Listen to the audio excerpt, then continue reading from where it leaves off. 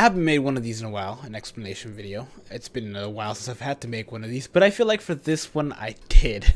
It's because the mind list was the hardest list I've ever had to come up with, because the characters' abilities and, you know, the range of movesets and actual attacks and speeds and everything was so different and so unique to specific characters that it was actually a very hard list to come up with. And it varied so many times. Like at one point Tsukishima was at 1, then it was White Zangetsu. But that's one thing that actually didn't change too much, is White Zangetsu, Tsukishima, and Momo were all at 1, and everybody else just kind of hopped around. It was really weird.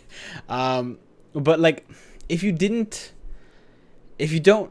know yourself, if you're disagreeing with the list, which I would imagine a lot of people will, just because it is very all over the place, then I would take some time and kind of come up with your own top 10 list, and then really look it over and think, but what about this area in the game? And then that list will change immediately.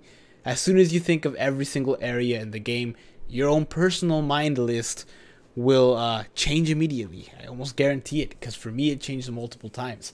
A few characters I did want to talk about with the in regard to, you know, the characters that didn't make it in.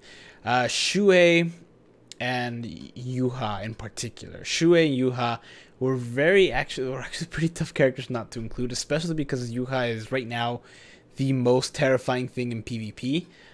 If you build him correctly, of course. I'm sure a lot of people don't build him correctly, but right now, basically, if this guy gets the soul bomb, it's over. It's just game over. And in PvE as well, if he gets the soul bomb, he's pretty much a boss nuker. He can take out like almost every boss. He has bombardment, and he has, you know, a lot of things going for him in that regard. That said, for just about everything else, he's, you know, almost everything else is better. It's not that he's not great, because he is actually a really good character. And like I said, he actually, at one point, he actually made it to like 7 on the list. Like I said, I went through the list so many times, but the character didn't make it on the list because of the killer not being, you know, it's a less than stellar killer that's really only useful in PvP and in boss rooms in Senkaimon, or just, you know, boss room in general. The Bruiser, I did like that he had a 30 Bruiser, and I also love that he had a 50 Berserker. But the thing that, even if you have a 100% Berserker and Frenzy, even though they're technically the same thing when it comes to damage, it's still better to have Frenzy because your strong attacks would hit more times. And increasing the chance of you inflicting a status ailments if you have one. If you don't have one, it's pretty much the same thing. But in this particular situation, he does have one, and one of his strong attacks I know only hits like 1 time. The other ones had a pretty good time, but he doesn't even have a full screen strong attack. They do improve when he's transformed, and I did take that into consideration. It's actually the reason I almost put him on the list, but in the end, the transformation only lasts 30 seconds in PvE, and it's really just not that worth it in PvE. Maybe that'll change for him, but right now he is a great character, but not exactly usable in, you know, all these different areas of the game. Really, it's only in specific areas. That's why he didn't make it. And I know a lot of people are gonna have I'm gonna get that comment a lot. In fact, you can go back to that video now and search, look through the comments. You will see a lot of people go, what, okay, what about Yuha, or where's Yuha? I always get the where's blank, where's blank. It's just like, clearly they're not on the list. Yeah, okay, and then there's Shuei. Shuei's actually one I really debated about putting on there, just because White Zangetsu was also on there, and you know, this guy's attack is higher. He also has the same Nat Link, and the Bruiser is also 50%. The reason I didn't put him on there is, one, he also has a Captain Killer, which really only helps him in PvP, and the same thing like a boss room. But the Hollow Killer isn't as useful as, say, an Aranko or Soul Reaper Killer, and the abilities that he has, he can inflict debilitating paralysis, but it's only on 2 abilities. He does have a pretty good set of strong attacks. Really, he was also one that kind of hopped around. I think he at one point made it all the way to like 6. But I just chose the others just because they had, I don't know, I felt like they were a little bit better. That's not to say he's not good, but like I said, you could kind of swap him out for anyone between 10 and 5 or 10 and 4, and you're probably okay. This list is just insane. Like, you got a high attack, this guy, a high attack ranged character with a double killer.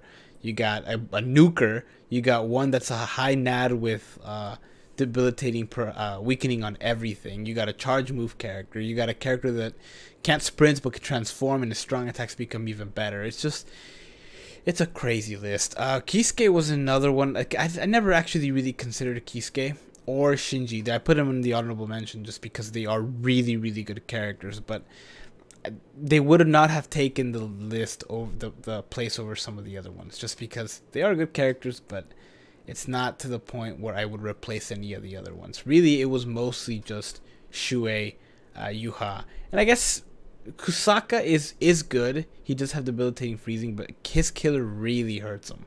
The fact that his killer is captain, it's not that good.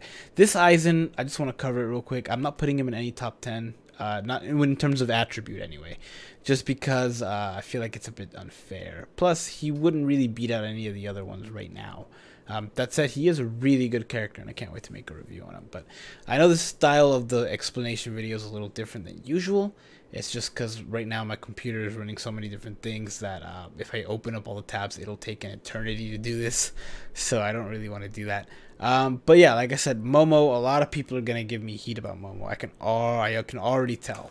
And I want to cover Momo because people are going to give me a lot of grief for something very dumb. I think in that people are going to say, oh, I can't believe you put Momo at number 1. It's Momo, blah, blah, blah, blah, blah. It should have been White Zangetsu. It should have been Saji, and it should have been Yuha, whatever.